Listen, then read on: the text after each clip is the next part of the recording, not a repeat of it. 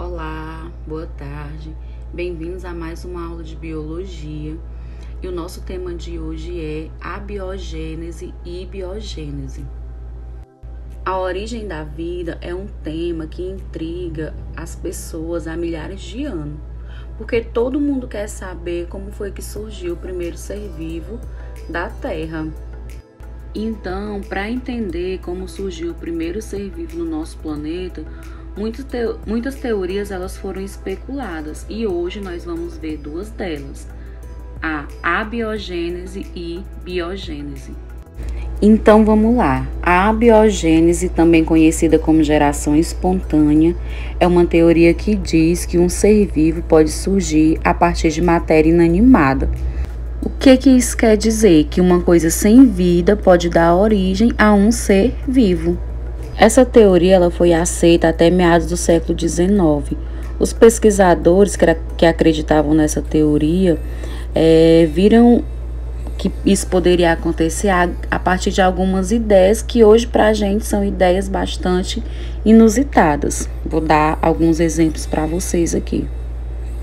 Então, eles diziam que se você deixasse uma camisa suja misturada com trigo, jogado no quarto escuro, com o passar dos dias, apareciam ratos, e esses ratos eram provenientes da união dessa camisa, do suor que tinha naquela camisa.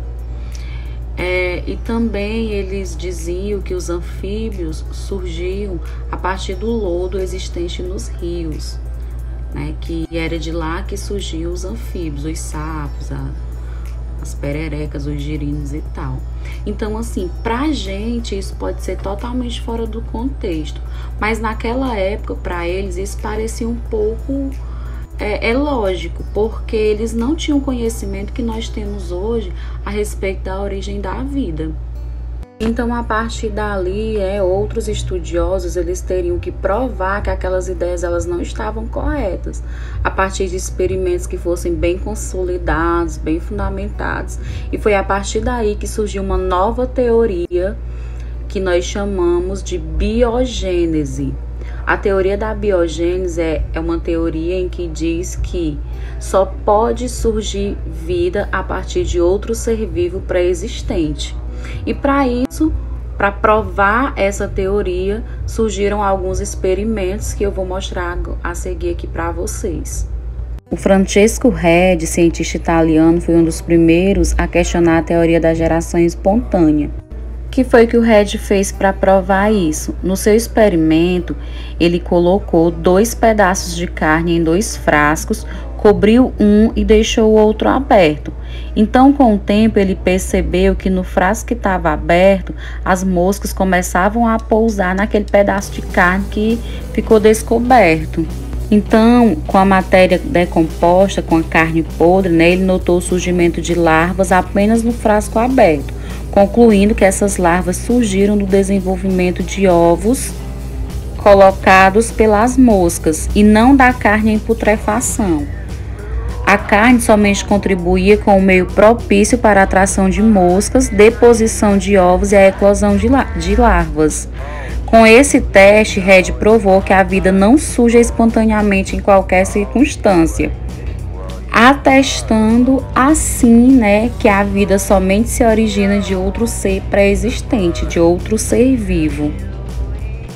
Outro responsável pela teoria da biogênese foi o Lázaro Spallanzani, que com suas experiências mostrou que os micróbios movem-se pelo ar e que podem ser eliminados por fervura.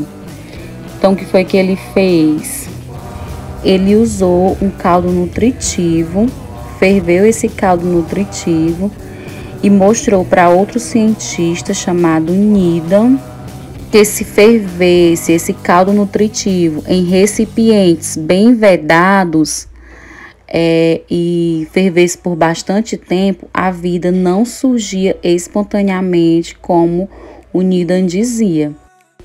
Então, para consolidar mais ainda a teoria da biogênese, surgiu o experimento de Louis Pasteur, onde ele mostra que um líquido, mesmo ao ser fervido, ele não perde a força vital, como defendiam os adeptos da abiogênese.